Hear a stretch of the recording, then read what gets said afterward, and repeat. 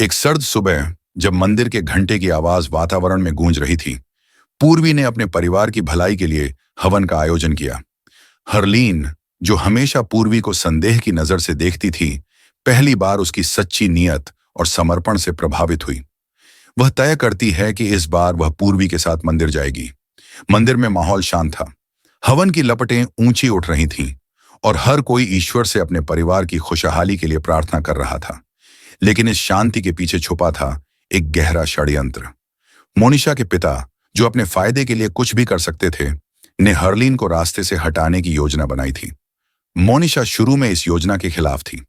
वह जानती थी कि यह गलत है, लेकिन जब उसके पिता ने उसे समझाया कि पूर्वी धीरे धीरे परिवार में अपनी जगह बना रही है और उसे रोकना जरूरी है, तो मोनिशा उनकी बात मान गई।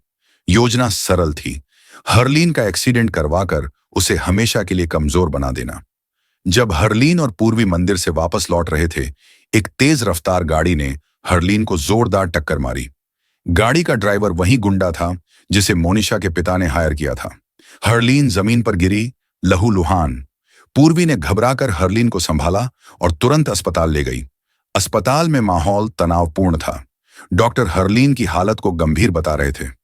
आरवी, जो अपनी मां से बेहद प्यार करता था, पूरी तरह टूट चुका था। उसने गुस्से में पूर्वी से पूछा, यह सब कैसे हुआ? मां इस हालत में क्यों है?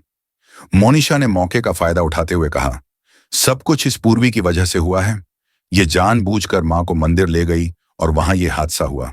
आरवी, जो पहले ही भावनाओं में बहा हुआ था, मोनिशा की बातों में आ गया।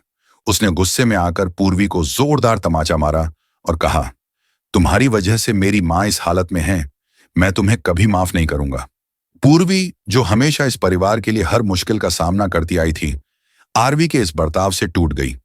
लेकिन उसने ठान लिया कि वह हरलीन को इस हालत से बाहर निकालेगी और सच्चाई सामने लाएगी। हरलीन को होश आ जाता है। वह धीरे धीरे समझती है कि इस हादसे के पीछे किसी का षड्यंत्र है। लेकिन क्या वह पूर्वी को निर्दोष साबित करेगी या मोनिशा और उसके पिता की चाल कामयाब होगी?